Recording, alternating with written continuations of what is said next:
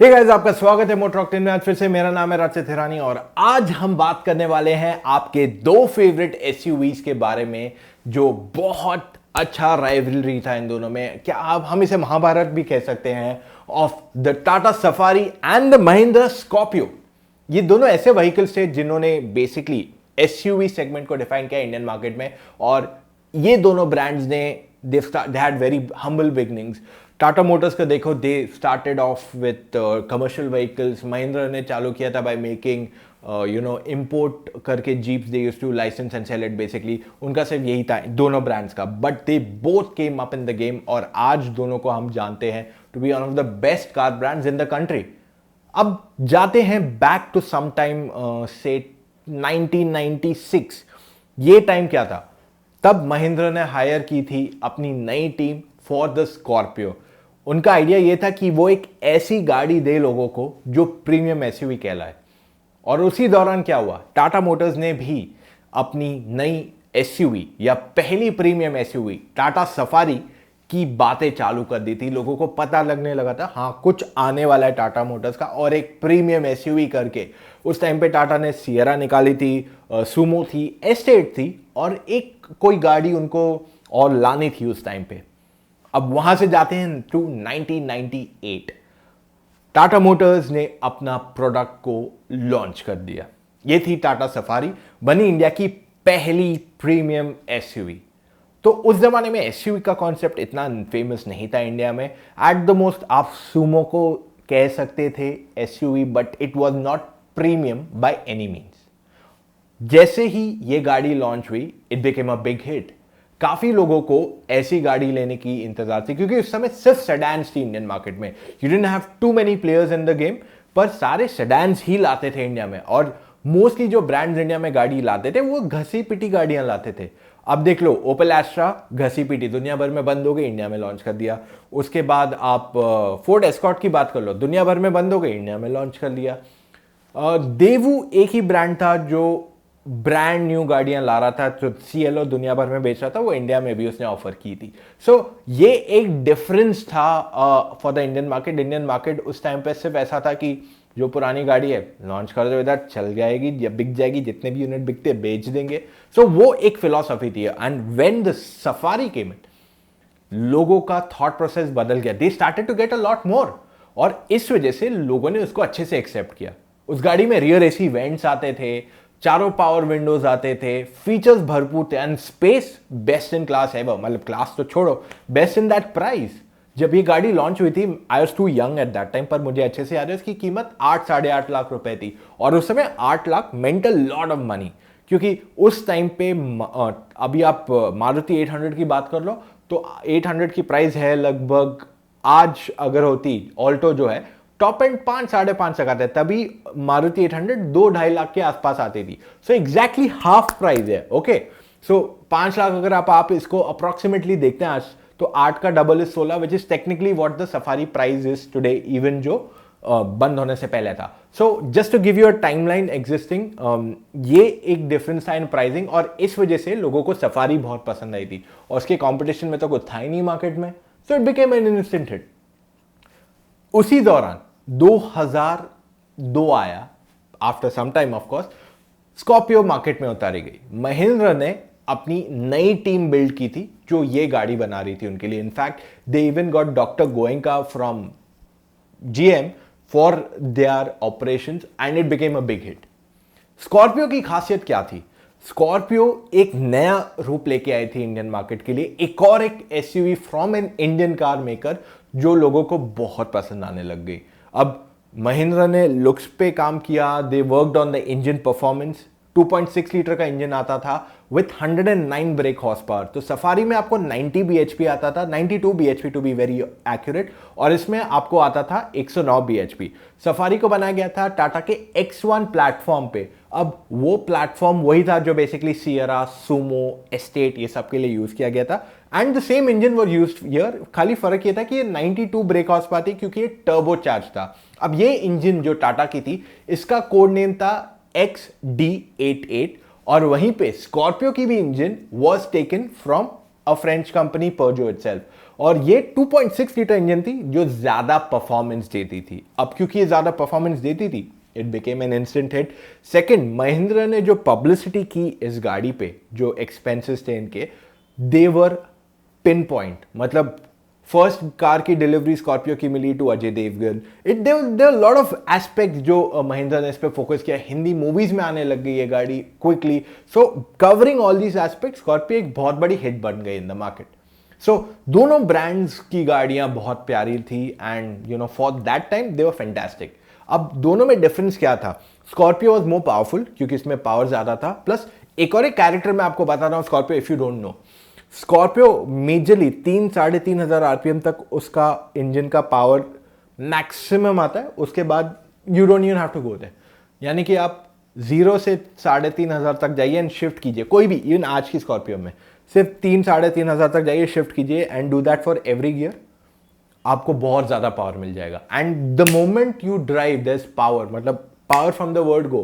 तो ये इसका एक स्ट्रॉन्ग पॉइंट था। सेकंड, उसका टर्निंग रेडियस बहुत छोटा था, जिस वजह से it became a big hit in city driving. यानी कि आपको एक तो बॉनेट का एज दिखता है, आप इजीली छोटे एरिया में टर्न कर सकते हैं, तो एक बहुत बड़ा हिट बन गया।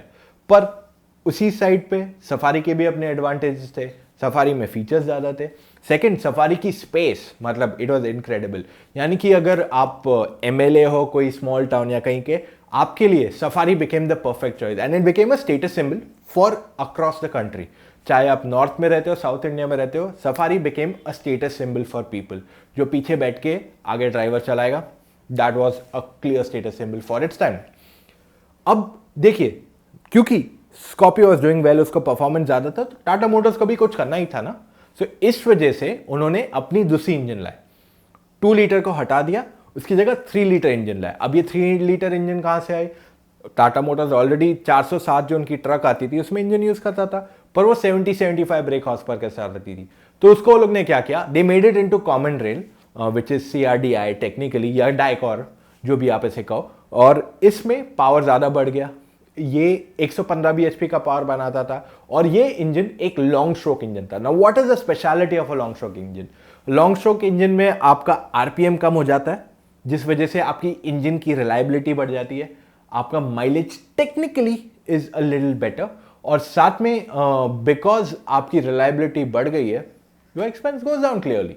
तो ये खासियत थी ऑफ द 3 लीटर इंजन। अब ये इंजन मान लीजिए आप 80-100 के बीच में चला रहे हो फिफ्थ गियर पे, आप 2000 आरपीएम के आसपास चला रहे हो। So this is the strength of that engine कि आपको कम पावर यूज करना पड़ता है every time, unless you go hard on the pedal. So ये एक क्लियर डिफरेंस आ गया था इन दोनों गाड़ियों में। इनफैक्ट मेरे को अभी भी याद है, वो सफारी का मैक्सिमम आरपीएम वो 4,500 और 3-3.5 तक भी गए तो बहुत बहुत ज्यादा हो गया।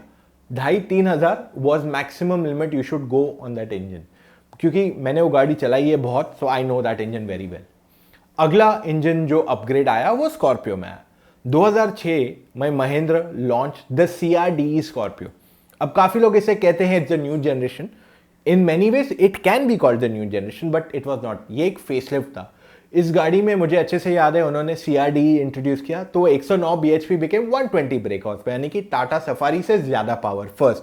सेकेंड इंपॉर्टेंट थिंग जो उन्होंने की थी on that car was change the suspension setup, जिससे वो ज्यादा स्टेबल हो गई, क्योंकि Scorpio was not very stable. Scorpio के ब्रेक्स पे काम किया गया which were not the best for its time, और ये सब चीजों की वजह से Scorpio became again a great choice to buy. अब महिंद्रा ने बहुत स्मार्टली एक चीज की, वो ये कि स्कॉर्पियो CRDE तो इंट्रोड्यूस की, पर उसके नीचे TDI को भी कंटिन्यू किया, बिकॉज ऑफ विच जो रूरल मार्केट्स है, यानी कि जो टैक्सीज चलती है गांव खेड़े में, उनमें Scorpio became a easy option to buy, और उसकी प्राइस भी कम थी। सो इस वजह से लोग वो गाड़ी खरीदते थे फॉर रूरल ड्राइव। यानी लद्दाख जाओ तो आपको स्कॉर्पियो मिलेगी या सुमो मिलेगी, सफारी थोड़ी चलती थी वो सब चीजों में। Safari was more premium.